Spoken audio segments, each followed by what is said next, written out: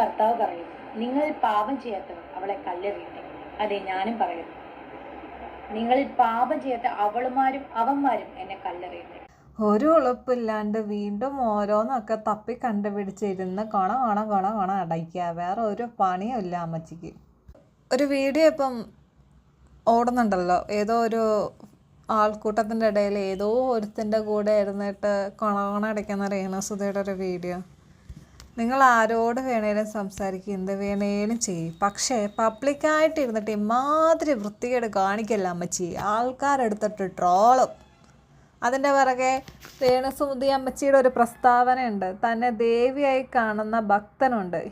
ഏത് വിവരമില്ലാത്ത കഴുതയാണോ എന്തോ അങ്ങനെയൊക്കെ കാണുന്നത്. കാലിനോടും ചെരുപ്പിനോടും വരെ ആരാധന. ഇവൻ്റെ ഒന്നും വീട്ടിൽ ചോദിക്കാനും പറയാനും ആൾക്കാരില്ലേ? ഉണ്ടായിരുന്നെങ്കിൽ ഇവൻ്റെയൊക്കെ ചെവിക്കൽ അടിച്ച് പൊട്ടിച്ചനെ. അമ്മാതിരി ആരാധിക്കാൻ പറ്റിയ പ്രൊഡക്റ്റാണല്ലോ രേണുസുധി.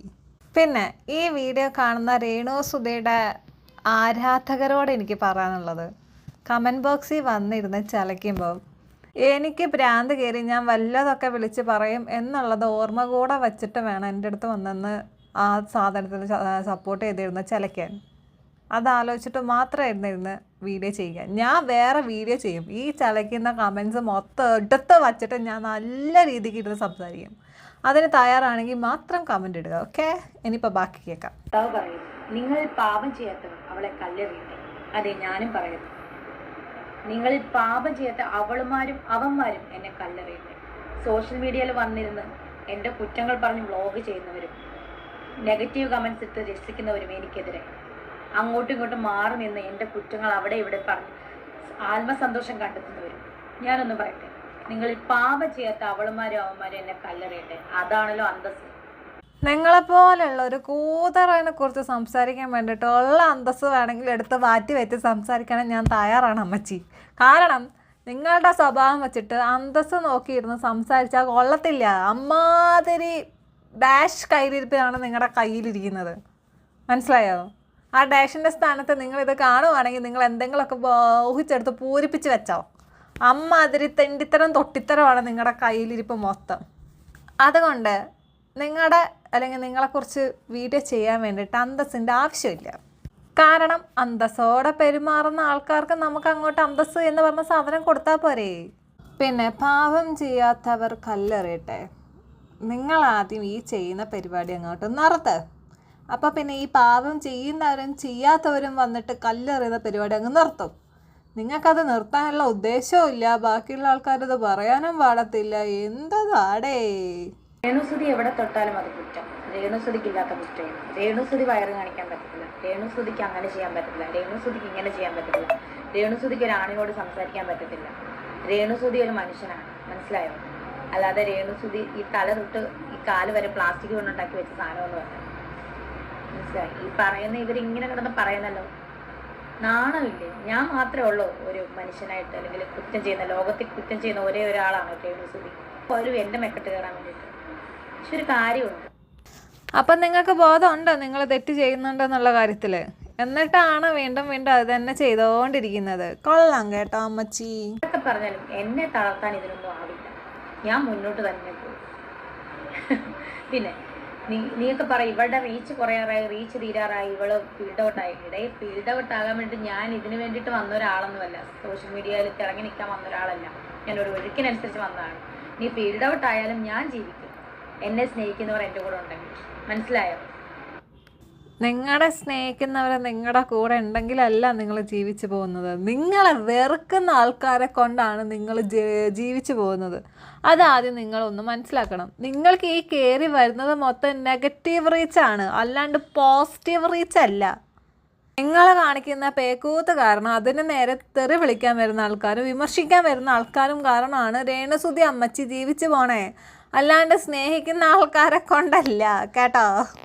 നിങ്ങൾ കാണിക്കുന്നത് മൊത്തം റീച്ചിന് വേണ്ടിയിട്ടുള്ള പ്രഹസനമാണെന്നുള്ളത് കാണുന്നവർക്കും അറിയാം, നാട്ടുകാർക്കും അറിയാം, മനസ്സിലായോ? നിങ്ങൾ വന്നിട്ട് ഞാൻ ഈ കാണിക്കുന്നത് റീച്ചിന് വേണ്ടിയിട്ടല്ല എന്നുള്ള ഡയലോഗ് പറയരുത്. കേൾക്കുന്നവർ മണ്ടന്മാരല്ല, അല്ലെങ്കിൽ കാണുന്നവർ പൊട്ടന്മാരല്ല. കാര്യം എനിക്ക് സന്തോഷമുള്ളൂ. എന്നെ കുറ്റം പറയുന്നവരും എന്നെ നെഗറ്റീവ് ഇടുന്നവരും എല്ലാം പെർഫെക്റ്റ് ആണല്ലോ. അതായത് കർത്താവ് പറഞ്ഞ പോലെ പാപം ചെയ്യാത്തവരാണല്ലോ നിങ്ങൾ. ഒരു പാപവും ചെയ്യാത്ത പുണ്യാത്മാക്കളാണല്ലോ എന്നെ നെഗറ്റീവ് പറയുന്നതും തിരിഞ്ഞു മാറി മറിഞ്ഞു നിന്ന് എൻ്റെ കുറ്റം പറയുന്നതൊക്കെ. നിങ്ങൾക്ക് പെർഫെക്റ്റ് മനുഷ്യരാണല്ലോ. ഞാൻ മാത്രമാണല്ലോ ലോകത്തിലെ പാപിയായിട്ടുള്ള മനുഷ്യർ. പിന്നെ നിങ്ങൾ വിളിക്കുന്ന ഓരോ വാർത്തകളും എനിക്ക് ചവിട്ടിക്കയറുള്ള ഓരോ മനസ്സിലായോ? നിങ്ങളെ വിമർശിക്കുന്ന ആൾക്കാരൊന്നും പാപം ചെയ്യാത്ത ആൾക്കാരല്ല എന്നും കരുതിയിട്ട് സോഷ്യൽ മീഡിയയിൽ കയറി ഇങ്ങനെ വരകുന്നില്ല കേട്ടോ. അതുപോലെ അവിടെ എവിടെയും കാണിച്ച് റീച്ച് ഉണ്ടാക്കാൻ വേണ്ടിയിട്ടും ശ്രമിക്കാറില്ല.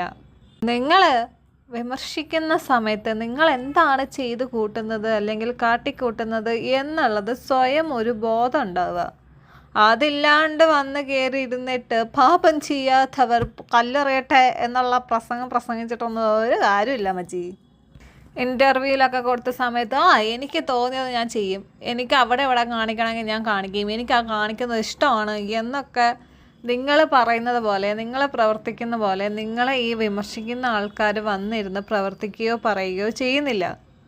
നിങ്ങൾ എന്താണ് ചെയ്യുന്നതെന്നുള്ള കാര്യം അത് നിങ്ങളൊന്നും മനസ്സിലാക്കാൻ ശ്രമിക്കുക. നിങ്ങൾ അതല്ല ശ്രമിക്കുന്നത്. നിങ്ങളുടെ പ്രശ്നം എന്താണെന്നറിയോ?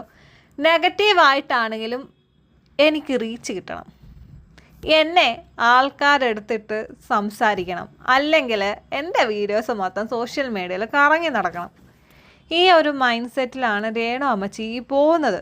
അത് രേണു അമ്മച്ചിക്കും അറിയാം. പക്ഷേ അത് സമ്മതിക്കാൻ മേല. നിങ്ങളെ വിമർശിക്കുമ്പോൾ നിങ്ങൾക്ക് ഇത്രമാത്രം പൊള്ളുന്നുണ്ടെങ്കിൽ അത് വിമർശിക്കാതിരിക്കാനുള്ള റീസണുകൾ നിങ്ങൾ ഉണ്ടാക്കി കൊടുക്കുക. അതല്ല ചെയ്യുന്നത്. എന്നെ നിങ്ങൾ വിമർശിച്ചോ, ഞാൻ ഓരോ ഇൻ്റർവ്യൂ കൊടുക്കുമ്പോഴും നിങ്ങൾക്ക് ഓരോ കാര്യങ്ങൾ അങ്ങോട്ട് ഇട്ട് തരാം, നിങ്ങൾ അത് വെച്ചിട്ട് അങ്ങ് വീഡിയോ ചെയ്യും എന്നുള്ള ഡയലോഗ് നിങ്ങൾ പറയുന്നുണ്ട്. പിന്നെ ഈ രേണുസുധിയുടെ കുറച്ച് ഫാൻസ് ഉണ്ട്, ഒരു അന്തം ഫാൻസ്. ഇവർ വന്നിട്ട് ഒരു ഡയലോഗുണ്ട്, നിങ്ങൾ അവരെ വെച്ചിട്ടല്ലേ കഞ്ഞി കുടിക്കുന്നതെന്നുള്ളത്. ഇവരാണ് നാട്ടിലിരിക്കുന്ന ആൾക്കാർക്ക് മൊത്തം കഞ്ഞി വെച്ച് കൊടുക്കുന്നത്, ഇവരെ വെച്ചിട്ട് കഞ്ഞി കുടിക്കാൻ. ഇവർ പണിയെടുത്തിട്ട് പൈസ തന്ന് കഞ്ഞി മേടിക്കുന്ന പോലെയാണ് നിങ്ങളുടെ സംസാരം കേൾക്കുന്നത്. നമ്മൾ ആരും രേണുസുധി അമ്മച്ചിയുടെ വീട്ടിൽ പോയിട്ട് സ്പൈ ക്യാമറ വെച്ചിട്ട് രേണു അമ്മച്ചി ഇവിടെ എന്ത് ചെയ്യുന്നു, രേണു അമ്മച്ചിയുടെ വീട്ടുകാരെന്ത് ചെയ്യുന്നു, രേണു അമ്മച്ചിയുടെ മക്കളെന്ത് ചെയ്യുന്നു നോക്കുന്നില്ല. രേണു അമ്മച്ചി സോഷ്യൽ മീഡിയയിൽ എന്താണോ കാണിച്ചു കൂട്ടുന്നത് അതാണ് എടുത്തിട്ട് റിയാക്ട് ചെയ്യുന്നതും സംസാരിക്കുന്നതും. അവരുടെ പ്രവൃത്തി, അവരുടെ സ്വഭാവം കാരണം സംസാരിക്കേണ്ടി വരുന്നു. അത്രേ ഉള്ളൂ. രേണു അമ്മച്ചി ഇപ്പോഴും മറക്കുന്നൊരു കാര്യമുണ്ട്. ഈ യൂട്യൂബേഴ്സ് കാരണമാണ് രേണു അമ്മച്ചി ഇന്ന് ഈ നിലയിലെങ്കിലും നിൽക്കുന്നത്. അത് രേണു അമ്മച്ചി പല പ്രാവശ്യവും മറന്നു പോകുന്ന അമ്മച്ചി. പിന്നെ നാട്ടുകാർ പറയുന്ന പോലെ ഭർത്താവ് മരിച്ചത് അനുഗ്രഹമായിട്ട് കൊണ്ട് നടക്കുന്ന അമ്മച്ചിയോട് പിന്നെ ഒന്നും പറഞ്ഞിട്ട് കാര്യമില്ല. ശരി എന്നാ.